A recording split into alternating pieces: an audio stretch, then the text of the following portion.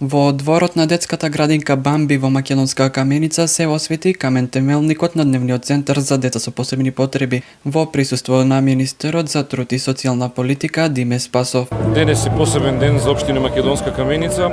Еве една иницијатива од една посета на министерот за труд и социјална политика Диме Спасов пред неколку месеци на општина Македонска Каменица и идејата дека навистина треба да изградиме дневен центар за деца со посебни потреби денеска станува реалност. Почнуваме заедно со општината денес свечано, односно го означиме почетокот на изградбата на дневниот центар за деца со пречки во развојот за сите дечиња од Македонска Каменица со капацитет од 60 до 80 дечиња. Очекуваме тука да има еден модерен, современ објект изграден по сите најсовремени стандарди кои што ќе ги има сите потребни услови да ги згрижуваат дечињата со пречки во развојот од Македонска Каменица. Финансиската конструкција изнесува 10 милиони денари и се очекува да се заврши за 10 до 12 месеци. Да, секако Македонска Каменица е еден од градовите кој што има доста мали дечиња со интелигентна попреченост и досега тие патуваа во најблиските градови. Мислам дека